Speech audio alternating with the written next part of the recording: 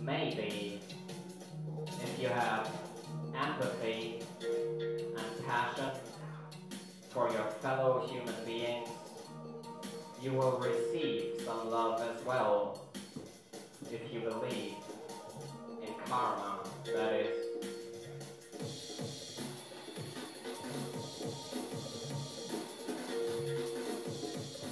But either way, I wouldn't want to miss the bliss of a kiss or a warm embrace, would you?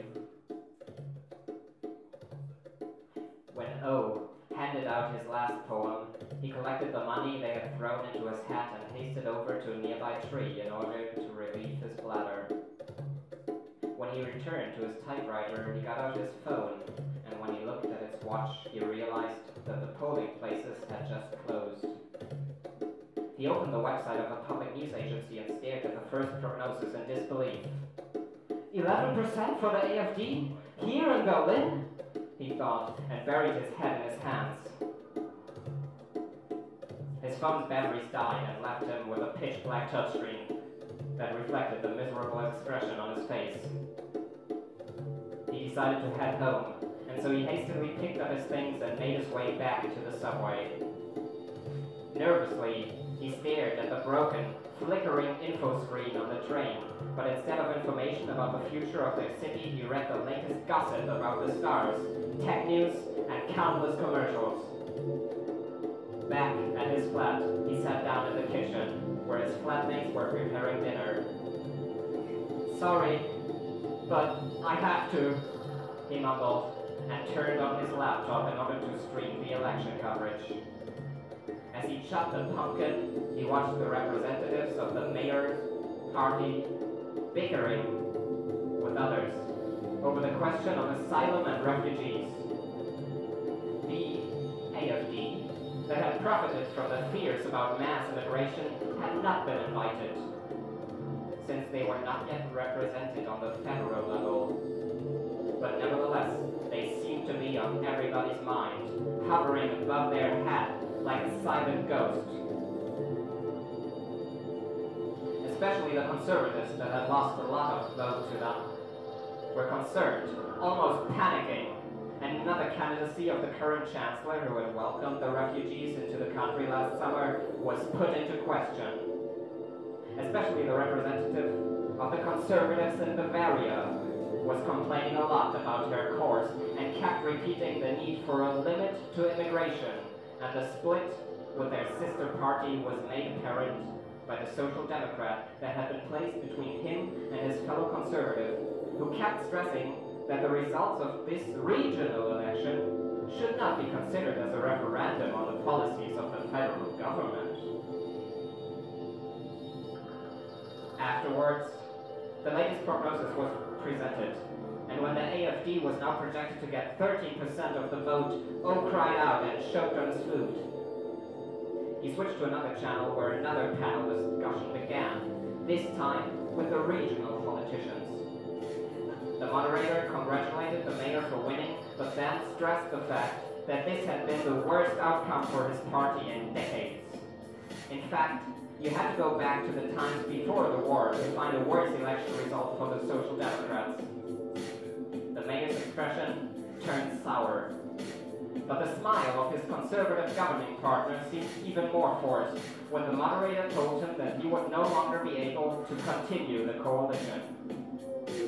It took a long time, but finally the former general and main candidate for the populists was allowed to speak. When he used O's home district as an example for failed integration, O screamed once more and slammed his laptop shut. A wrote him and asked if he would join her and her friends in a nearby gallery, and so O and R put on their shoes and left for the subway.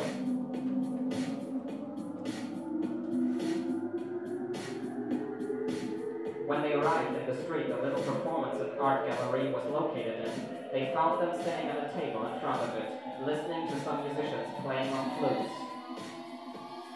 O embraced them and his friend Anne, who ran this gallery, and they went inside to look at pictures that covered the white walls. The artist had apparently taken posters from past elections and painted them over with bright colors. There was the Chancellor in shrill orange with a big black smile on her face. The slogan, "Wir haben die Kraft," only partially visible under the paint. A policeman from the Liberals had been turned into a green slime monster, peeking out of a swamp. A leftist had a giant red cherry as a hat, and many others wore strange helmets and hats. O stopped in front of another picture of the Chancellor that had been covered with shiny pearls. He looked deep into her twinkling eyes and thought, "Oh, Mother, stay strong." He had briefly considered voting for the Conservatives in order to show support for the somewhat liberal immigration policies she had already at least partially abandoned after months of criticism. But her party's candidate in this city had actually initiated a minor revolt against her policies, together with a few other regional ministers, and his election campaign had desperately tried to win votes back from the new ultra-right by focusing on policing and video surveillance programs. O had always been thankful to the Chancellor for putting her party so far to the left, but now the downside of that strategy became apparent. It's Weimarization! All over again! O muttered, as he thought about the multitude of parties that would now make up the splintered parliament, and for a second or two, O wondered how much longer it would take until the Reichstag would go up in flames again.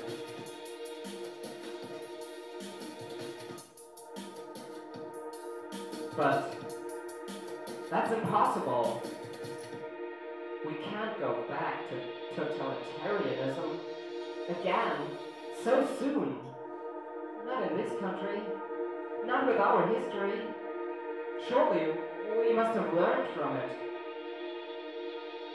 He tried to look on the bright side and told himself that they would probably have a left-left green coalition from now on. Maybe they will finally legalize weed in this town, he thought, and stumbled back outside, where he sat down at the table beside Anne and got out his touchscreen.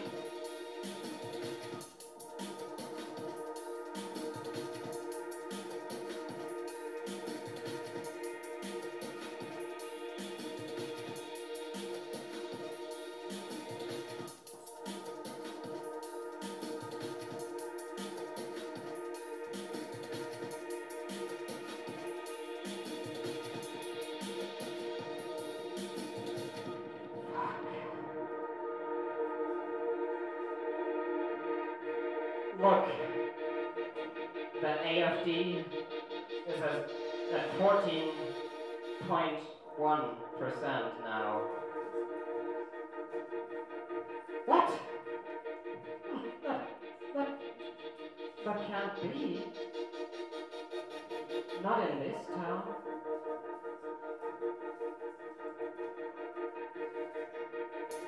God, I really hate these guys.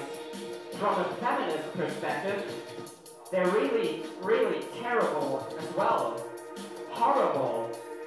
Anne cried out, and then got out her phone in order to take a picture of the screen.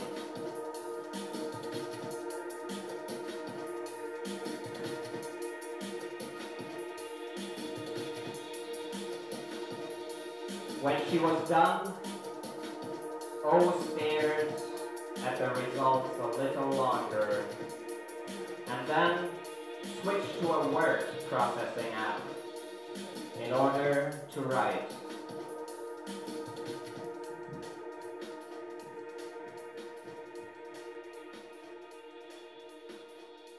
We're lost. There will be a left at what cost? Their opposition will now be led by demagogues and extremists who have to be appeased in the desperate hope that everyone can be pleased by this thing we call democracy. We'll see if it will lead to fascist horrors again.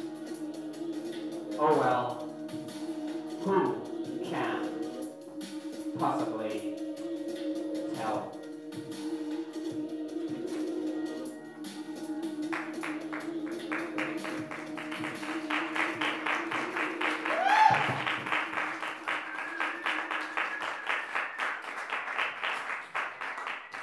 Thank you.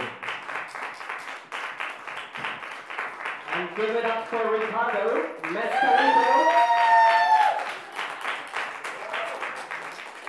My name is Dan K. Ziggers, and I would like to repeat one more time, go and vote. Give in. Then you couldn't. We can't. Sorry.